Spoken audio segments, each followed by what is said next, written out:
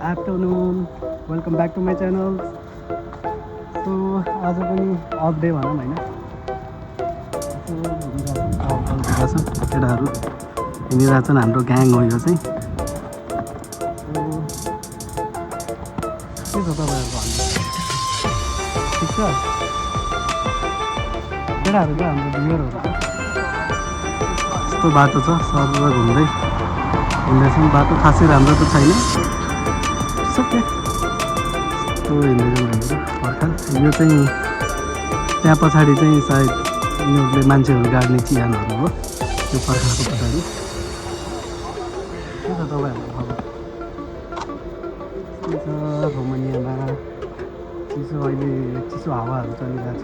गर्मी त गर्मी हुन्छ, घामहरू लागिरहेको छ। हावा चाहिँ चिसो आउँछ, चिसो हावा आयो पनि गरेर घुम्नुपर्छ। कुरा हो तपाईँहरू जो कोही पनि नेपालबाट या दुबईबाट या अरू कन्ट्रीहरूबाट रोमानिया आउनु सोचिराख्नु भएको छ भने आउनुहोस्, आउँदा हुन्छ। राम्रो छ, सैलीहरू त्यति नराम्रो अदरवाइज राम्रो छ, धेरै राम्रो छ यता। घुम्न यता चिसो हावा,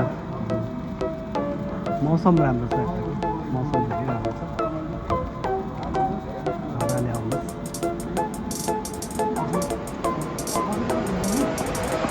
दाइ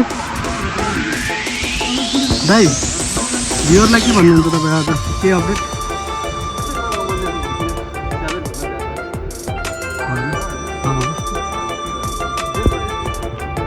जे छ छर्लङ्ग छ है, आँखाकै अगाडि छ। अरू मान्छेहरू अरूहरूको भिडियो तपाईँहरू हेर्नुहुन्छ भने केही न केही एड प्लस मसलाहरू लगाएर भनेर हुन्छ। हामी जे छ झ्याप्पै होइन, रियालिटी भन्दै छर्लङ्ग एकदम। यस, स्यालेरीदेखि लिएर यहाँको रहनसहनदेखि लिएर बसाइदेखि लिएर एभ्रिथिङ जे भन्नुपर्ने हामीले आइसकेपछि जे भन्नुपर्ने हो एकदम क्लियरली भनिरहेको छौँ हामीहरू। त अलरेडी जसले अप्लाई गरिसकेको छ, जो प्रोसेसमा हुनुहुन्छ तिनीहरूले चाहिँ अब आउँदा भइहाल्यो होइन। बाँकी जो सोची मात्र राख्नु भएको छ, योभन्दा अदर अप्सनहरू राम्रो छ कि अरू युरोप कन्ट्रीहरू जस्तै स्लोभाकिया जाँदा भयो, स्पेन जाँदा भयो, क्रोएसिया पनि जाँदा भयो है दाइ। योभन्दा क्रोएसियाहरू गर्नु है, आफै स्पेसल भन्ने केही पनि छैन यहाँ। तर भिजा रेसियो चाहिँ राम्रै छ होला सायद होइन दाइ। किन नदियोस् भिजा पनि, कहाँ ठाउँ यस्तो छ। अनि गरिब देश भनौँ न, गरिब देश हो। यस, यो चाहिँ युरोपको खाडी हो। चाहिँ धेरै कुराहरू यसमा छ कि तपाईँहरू जो पनि आउने सोच बनाएर बसिराख्नु भएको छ एकदम रिसर्चहरू गरेर सप्लाईमा चाहिँ नपर्नु।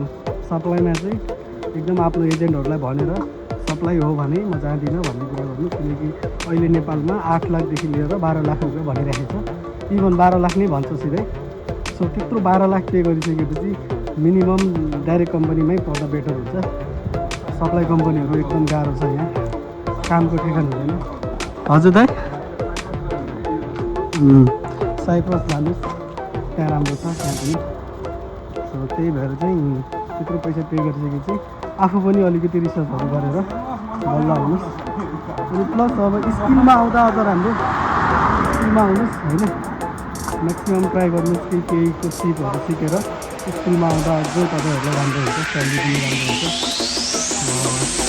जब राम्रो हुन्छ। त्यसरी आउनु होला। बाँकी यही छ, मौसम यस्तो छ, लाइटिङहरू यस्तो लगाएको छ, पानी पर्ला जस्तो छ आज। यस्तो चिसो हावाहरू चलिरहेछ। हामी चाहिँ यसो राउन्ड हान्दैछौँ, घुम्दैछौँ आफ्नो अकोमोडेसनको।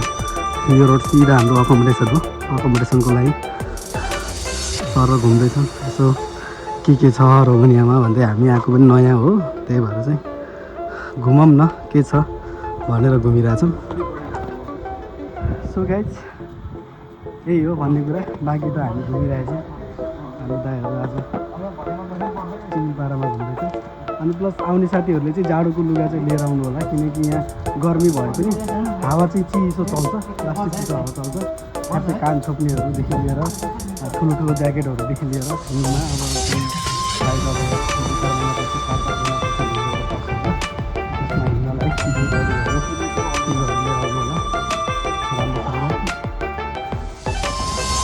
यस्तो छ सहरमा सिधा जाऊँ न यसको सिधा उ त मेन रोडबाट यस्तो हुँदैन यहाँको घरहरू यो चाहिँ लोकल घरहरू सबै लोकल घरहरू त्यही हो गाइस आउँदाखेरि एकदम ध्यान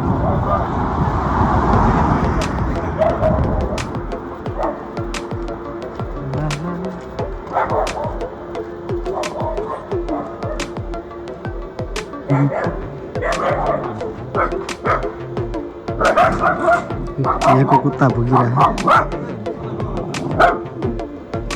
कस्तो भुक्छ हो यहाँको कुत्ता है कस्तो भुक्छ कि मान्छे देख्नै हुन्न कि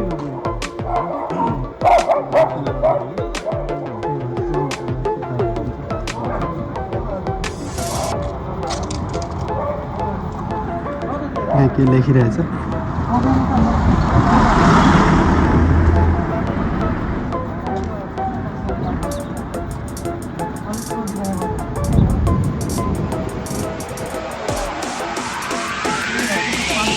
cloud